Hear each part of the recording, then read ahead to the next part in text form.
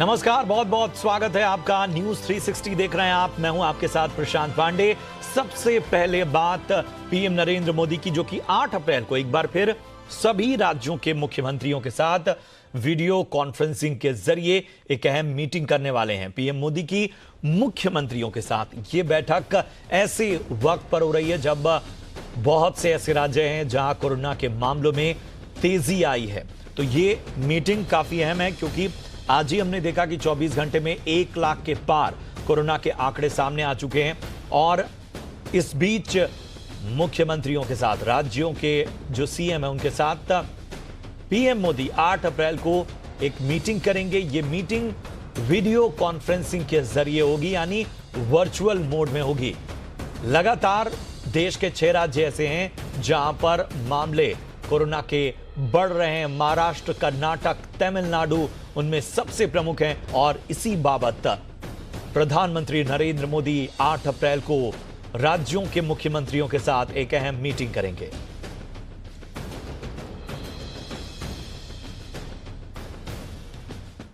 और देश में चली कोरोना की नई लहर ज्यादा खतरनाक हो गई है। पहली बार देश में 1 लाख के पार कोरोना का आंकड़ा पहुंच चुका है। और इससे पहले यह आंकड़ा 17 सितंबर पिछले साल एक दिन में करीब 98,000 कोरोना केसेस का था। इस बीच देश में कोरोना के एक्टिव केसों की संख्या करीब 7.5 लाख पहुंच चुकी है। फिलहाल देश में कोरोना संक्रमण की कुल संख्या 1,25,00,000 के पार है। इनमें से 1,16,00,000 लोग ठीक हो चुके हैं। लेकिन देश में लगातार बढ़ रहे कोरोना के मामले सरकार के साथ साथ आम लोगों के लिए भी बड़ी टेंशन बने हुए हैं।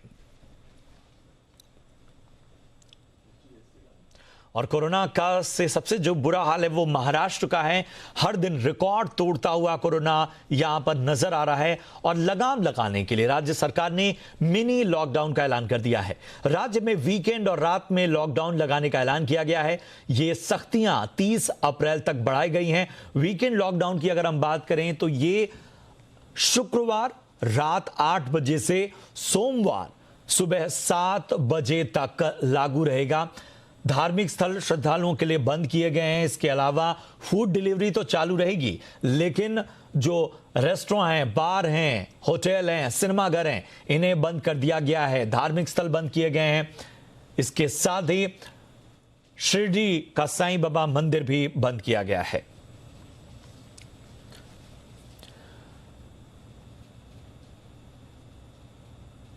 और इस खबर पर दिल्ली से जुड़ रहे हैं हमारे सहयोगी दानिश आनंद और मुंबई से हमारे सहयोगी सुबोध मिश्रा। सबसे पहले हम चलेंगे सुबोध आपके पास। धार्मिक स्थलों को बंद करने की बात थी, शिरडी साईं बाबा मंदिर को भी बंद किया गया है।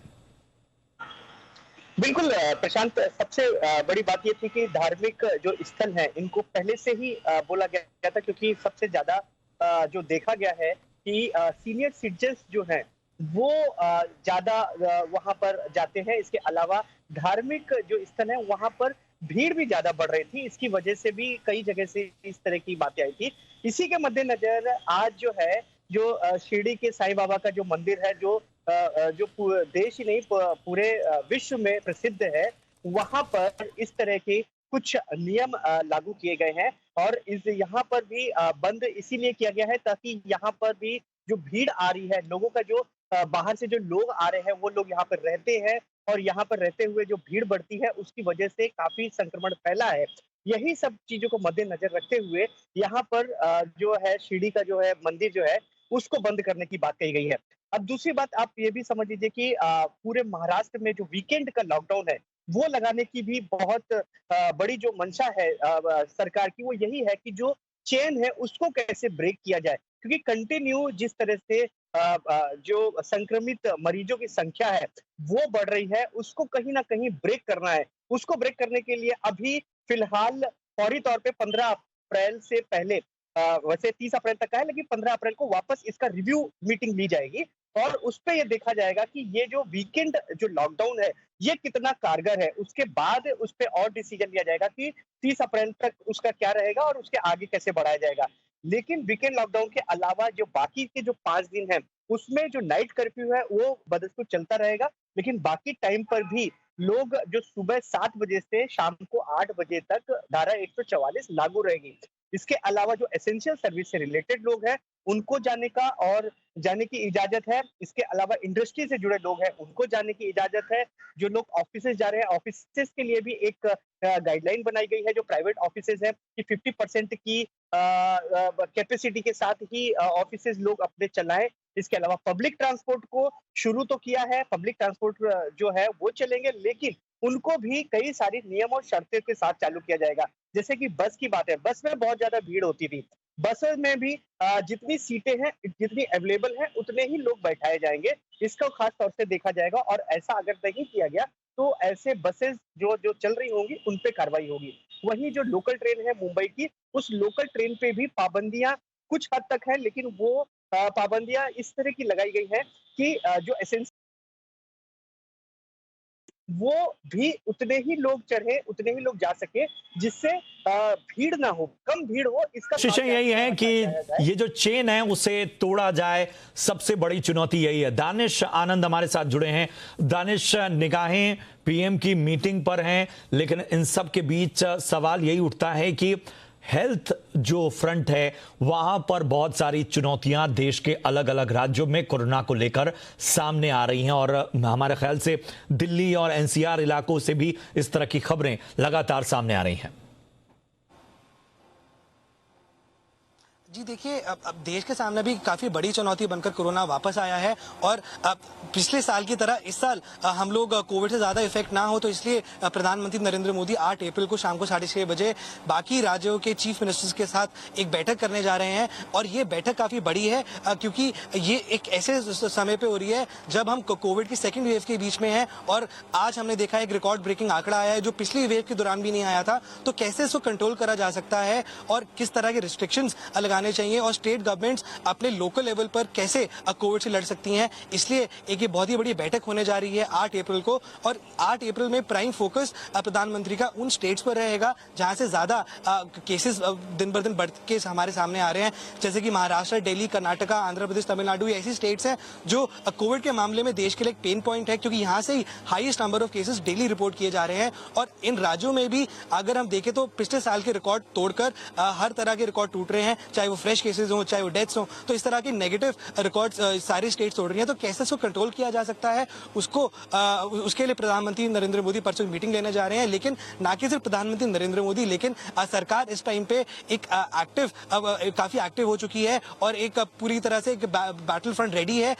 कल भी डॉक्टर हर्षवर्धन जो हमारे हेल्थ मिनिस्टर हैं, वो 11 राज्यों के हेल्थ मिनिस्टर से एक मीटिंग करने जा रहे हैं। तो कहीं ना कहीं अगर देखा जाए तो सरकार नहीं चाहती कि सिचुएशन आउट ऑफ कंट्रोल जाए और कैसे इसको कंट्रोल किया जा सकता है, चाहे वो सोशल डिस्टेंसिंग प्रमोट करना हो, चाहे वो फाइन्स इंपोज करना हो कोविड के प्रोटोकॉल को तोड़ने का, या वैक्सीनेशन ड्राइव को पुश किया जाए। तो ऐसे काफी अहम मुद्दे हैं जो 8 अप्रैल की मीटिंग में प्रधानमंत्री नरेंद्र मोदी बाकी स्टेट चीफ मिनिस्टर्स के साथ डिस्कस करेंगे और कैसे कोविड को रोका जा सकता है इस बार, ताकि ज्यादा लॉस ऑफ लाइव्स ना हो और जो लोग इन्फेक्ट भी हो रहे हैं उस इन्फेक्शन की चेन को रोका जाए। तो ये सारी क्या वो नए तरीके हो सकते हैं बदले हुए माहौल में और कोरोना के बढ़ते कहर में? इस पर अहम चर्चा करेंगे पीएम मोदी। बहुत बहुत शुक्रिया करेंगे दानिश आपका।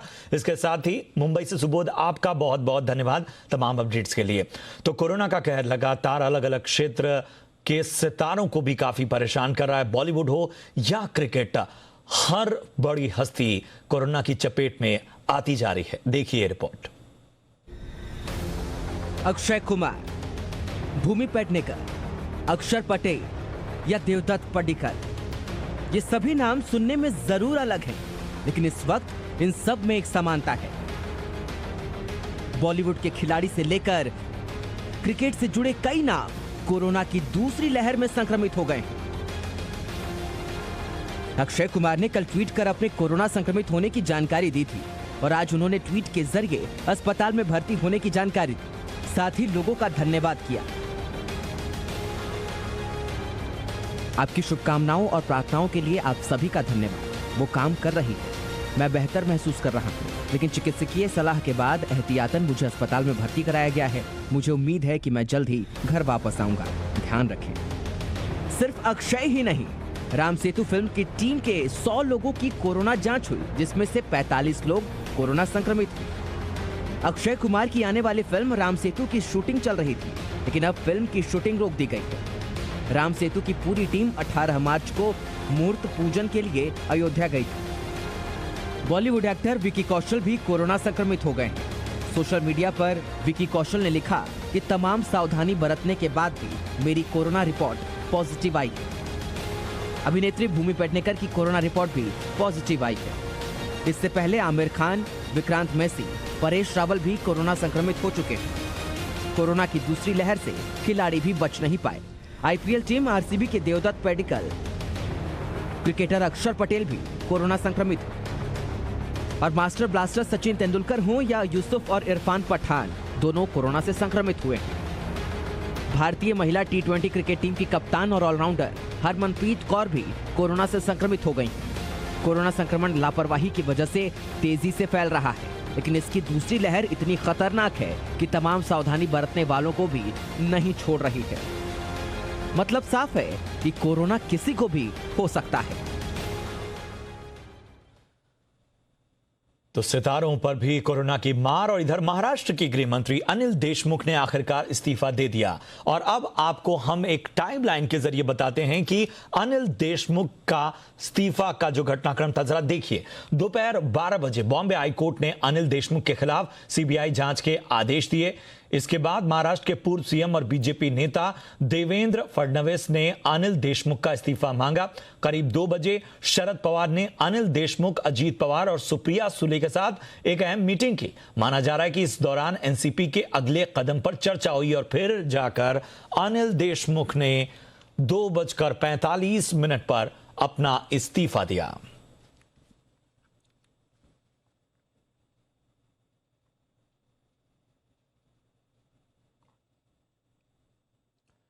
और महाराष्ट्र में अनिल देशमुख के इस्तीफे के बाद बीजेपी उद्धव सरकार पर हमलावर हो गई है। केंद्रीय मंत्री रविशंकर प्रसाद ने उद्धव ठाकरे पर जोरदार हमला बोला।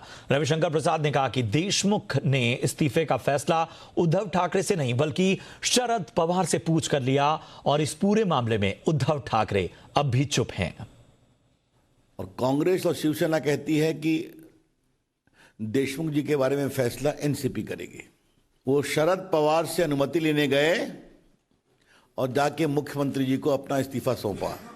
हम भी जानते हैं कि शरद पवार के इशारे पर ही वो इस्तीफा देते या न देते, लेकिन हमारे उद्धव ठाकरे जी कब बोलेंगे? उनकी खामोशी कई सवाल खड़े कर रही है। इधर आज मुंबई पुलिस के पूर्व पुलिस कमिश्नर परमवीर सिंह की याचिका पर बॉम्बे हाईकोर्ट ने बड़ा फैसला सुनाते हुए कहा कि 100 करोड़ रुपए वसूली के आरोपों की जांच अब सीबीआई करेगी। हाईकोर्ट ने 15 दिनों के अंदर पहली रिपोर्ट मांगी है। याचिका पर सुनवाई करते हुए बॉम्बे हाईकोर्ट ने कहा कि अनिल देशमुख पर लगे आरोप काफी गंभीर हैं। हाईकोर्ट ने कहा कि अनिल देशमुख राज्य के गृह मंत्री हैं, ऐसे में निष्पक्ष जांच के लिए पुलिस पर निर्भर नहीं रह सकते। अगर सीबीआई की रिपोर्ट में गृह मंत्री अनिल देशमुख पर केस बनता है तो सीबीआई एफआईआर दर्ज करेगी। और अब बात पश्चिम बंगाल की सियासत की, तो कल यानी 6 अप्रैल को तीसरे चरण का मतदान होगा और इस चरण में कुल 31 सीटों पर वोटिंग होगी, जिसमें दक्षिण 24 परगना जिले की 16 सीटें, हावड़ा की 7 सीटें और हुगली की 8 सीटें शामिल हैं। इन 31 सीटों पर 205 उम्मीदवारों के भाग्य का फैसला होगा।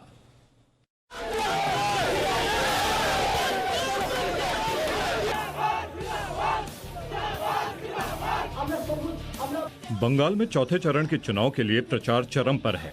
टीएमसी से ममता बनर्जी और बीजेपी से जेपी नड्डा धुआंधार प्रचार कर रहे हैं। दक्षिण बंगाल ममता बनर्जी का गढ़ रहा है। पिछले 2019 के लोकसभा चुनाव में कुल 167 दक्षिण बंगाल की सीटों पर तृणमूल कांग्रेस को 119 सीटों पर बढ़त हासिल हुई थी, जबकि बीजेपी को 48 सीटों पर बढ़त हासिल हुई थी। और 2016 के विधानसभा चुनाव में इन सीटों पर तृणमूल कांग्रेस का प्रदर्शन और भी ज्यादा अच्छा था। अब ममता बनर्जी की कोशिश यही है कि फिर एक बार 2016 के विधानसभा चुनाव के नतीजों को फिर एक बार दोहराया जाए। ईवीएम से लेकर केंद्रीय बलों की तैनाती तक की जा चुकी है। यहाँ पर आप देखिए ईवीएम डिस्ट्रीब्यूशन शुरू हो चुका है। आपको बता दें लगातार सुबह से जो है मार्क किया जा रहा है ईवीएम को, और जो पोलिंग पर्सनल है उनको यहाँ पर ईवीएम डिस्ट्रीब्यूट किया जा रहा है, और साथ ही जो एंक्लोजर दिया जाता है जहाँ पर लोग अपना मतदान करते हैं कार्डबोर्ड का, वो भी दिया जा रहा है। और जो लोग यहाँ से ईवीएम कलेक्ट कर रहे हैं पोल पर्सनल, वो जाकर जो है यहाँ पे गाड़ियां हैं वो लोड कर रही है और गाड़ियों से जो है पोलिंग स्टेशन तक पहुंचाया जाएगा। और ये हम आपको बता दें कि कड़े सुरक्षा इंतजाम के बीच में ईवीएम का डिस्ट्रीब्यूशन का काम चल रहा है। कल जिन 31 सीटों पर वोट डाले जाएंगे, इसे मिलाकर बंगाल में कल तक कुल 91 सीटों पर वोटिंग हो चुकी होगी। दक्षिण 24 परगना हो, हुगली हो या हावड़ा हो, यहाँ पे टीएमसी की प्रतिष्ठा इस बार दांव पर नजर आ रही है। 2016 के विधानसभा चुनाव में या फिर 2019 के लोकसभा चुनाव में टीएमसी ने इस इलाके में बम्पर प्रदर्शन किया था, लेकिन 2020 के अम्फान तूफान के बाद टीएमसी की राह मुश्किल नजर आ रही है।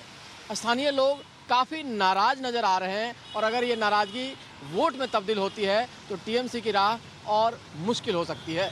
रवि त्रिपाठी, जी मीडिया, बंगाल। इधर बीजेपी के राष्ट्रीय अध्यक्ष जेपी नड्डा ने आज बाबुल सुप्रियो के लिए टॉलीगंज में रोड शो किया। इस दौरान हमारे संवाददाता रवि त्रिपाठी से बातचीत में कहा कि बंगाल में तीसरे चरण की वोटिंग में बीजेपी की सुनामी दिखाई देगी। बीजेपी के राष्ट्रीय अध्यक्ष जेपी नड्डा रोड शो पर हैं और कलकत्ता में है। कलकत्ता में जहां से बाबुल सुप्रियो उम्मीदवार है, टॉलीगंज में आपको तस्वीर दिखाना चाहेंगे। मैं चाहूंगा कैमरामैन तस्वीर देखें। नड्डा जी क्या माना जाए, अब जो हवा चली थी पहले और दूसरे फेज की हवा, तीसरे फेज में आंधी दिख रही है क्या? मैंने पहले से कहा था कि ये आंधी है। आंधी जब चलती है तो नजर रखने वाले उस पर रखते हैं।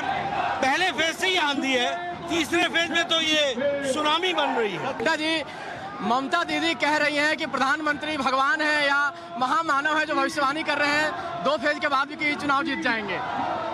ऐसा है, जनता की आवाज तो सामने, इसके लिए महामानव होने की जरूरत नहीं है, इसके लिए भगवान होने की जरूरत नहीं है। और प्रधानमंत्री जो राजनीति के अच्छे पारखी हैं और वो जनता की सेवा करना जानते हैं, जनता की आवाज को समझते हैं। ये जो सामने जनता आप देख रहे हैं, इतनी गर्मी और इतनी दोपहर की धूप में बैठी है और जिस तरीके से उत्साह दिखा रही है, पसीना छूट रहा है लेकिन उसके बावजूद भी उमंग के साथ है। ये बता रहा है कि बंगाल की जनता में बीजेपी को लाने की सुनामी है और ममता को सबक सिखाने के लिए तय है। जी, करप्शन के केसेस देख रहे हैं, जो ऑडियो टेप आ रहा है, उनके भतीजे 900 करोड़ रुपए कैसे लेते थे कोयला घोटाले से, क्या होगा उनके भतीजे के खिलाफ, क्या करेंगे कार्रवाई? अगर देखिए, ये तो कानून करेगा, कानून जो भी व्यवस्था होगी वो करेगी। लेकिन हमने तो पहले से कहा है, सिंडिकेट राज, टोलाबाजी, कट मनी, भ्रष्टाचार, ये सामने आ रहा है।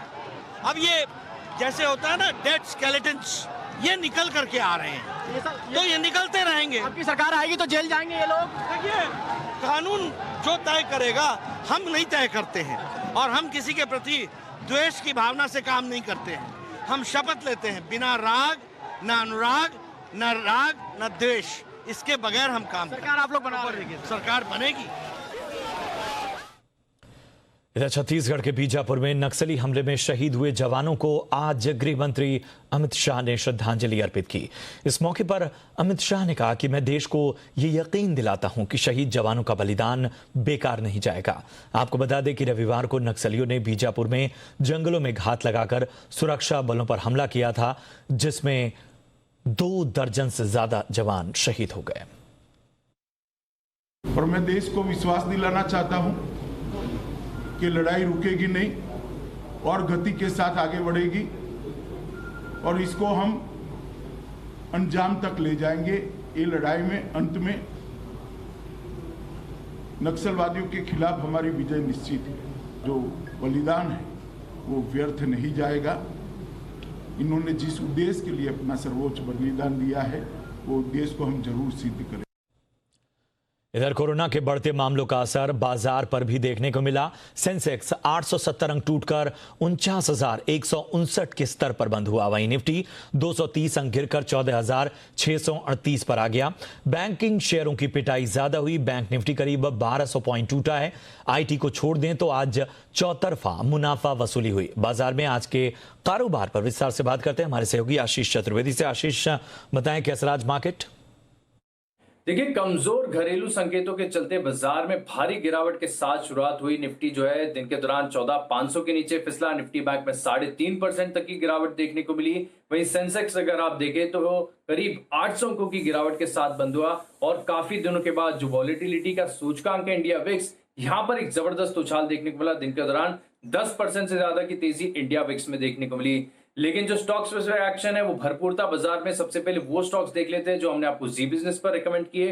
फोर्टिस हेल्थकेयर आपको सच्चिदानंद जी ने बताया था, दिन के दौरान 10% तक की तेजी स्टॉक में देखने को मिली। लॉरस लैब्स, काफी सारे एनालिस्ट स्टॉक पर अब बुलिश हो रहे हैं। स्टॉक आपको राकेश कुणाल चार्ट कॉर्नर में बताया गया था, अच्छी तेजी स्टॉक में देखने को मिली। HCL टेक आपको सुमित जी ने बताया, बढ़िया मूव्स यहां पर देखने को मिले। लेकिन अगर आज देखें तो बाजार में सबसे ज्यादा एक्शन जो है उन स्टॉक्स पर देखने को मिला जहां पर महाराष्ट्र में लगे जो रिस्ट्रिक्शंस है इसका एक असर देखने को मिला। मिसाल के तौर पर देखिए, पीवीआर और आइनॉक्स लीजर, इन स्टॉक्स पर ज्यादा गिरावट देखने को मिली। सिनेमा घर बंद करने का फैसला लिया गया है महाराष्ट्र सरकार ने। इसके अलावा जो वाइन शॉप्स बंद किए इसका असर देखने को मिला। यूबीएल में 7 से 8% तक की गिरावट स्टॉक में देखने को मिली। इसके अलावा इंडिगो, फिनिक्स मिल्स भारी गिरावट के साथ बंद हुए। लेकिन देखिए, महाराष्ट्र में जो लगी रिस्ट्रिक्शंस है इसका फायदा जो डायग्नोस्टिक्स और हेल्थ केयर कंपनीज है इनको होता हुआ नजर आया। डॉक्टर लायल आज अगर आप देखें तो एफएनओ स्पेस में सबसे ज्यादा बढ़ने वाला स्टॉक था। थायरोकेयर, मेट्रोपोलिस और फोर्टिस हेल्थकेयर के बारे में मैंने आपको बताया, यहां पर काफी बढ़िया तेजी देखने को मिली। लेकिन एक खास सेक्टर है मेटल सेक्टर, जिसके बारे में हम आपको लगातार बता रहे हैं। एक तरफा तेजी यहां पर देखने को मिल रही है और सबसे ज्यादा जो स्टील के कंपनीज हैं यहां पर गजब के मूव देखने को मिल रहे हैं। एफएनओ बैन में सेल, लेकिन अच्छी खासी तेजी स्टॉक में देखने को मिली। जेएसडब्ल्यू स्टील ऑपरेशनल हाइलाइट्स के बाद यहां पर तेजी, और हिंदुस्तान कॉपर, हिंदुस्तान जिंक में भी अगर आप देखें तो आखिरी 1.5 घंटे में जो रैली है वो एक्सटेंड होती हुई नजर आई। आईटी स्टॉक्स में भी जो मोमेंटम है वो बढ़ता हुआ नजर आया। डिफेंसिव प्ले के तौर पर एलएनटी, इन्फोटेक है, मैस्टेक, टाटा एलेक्सी, कोफोर्ज में भी आज एक फ्रेश ब्रेकआउट देखने को मिला। लेकिन सबसे ज्यादा गिरावट देखने को मिली बैंकिंग स्टॉक्स में। और बैंकिंग स्टॉक्स में अगर आप देखें तो प्राइवेट बैंक्स में इंडसइंड बैंक, यहां पर ज्यादा बिकवाली का दबाव देखने को मिला।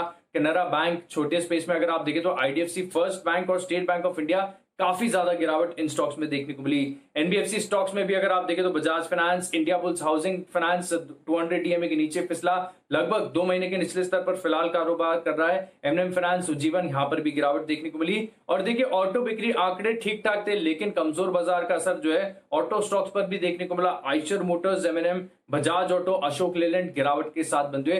कुल मिलाकर देखा जाएगा तो आज बाजार में जो है बिकवाली का प्रेशर हावी रहा। बहुत बहुत शुक्रिया करेंगे आशीष बाजार की तमाम अपडेट्स के लिए। इसी के साथ दीजिए इजाजत। आगे देखिए बाजार आज और कल। नमस्कार।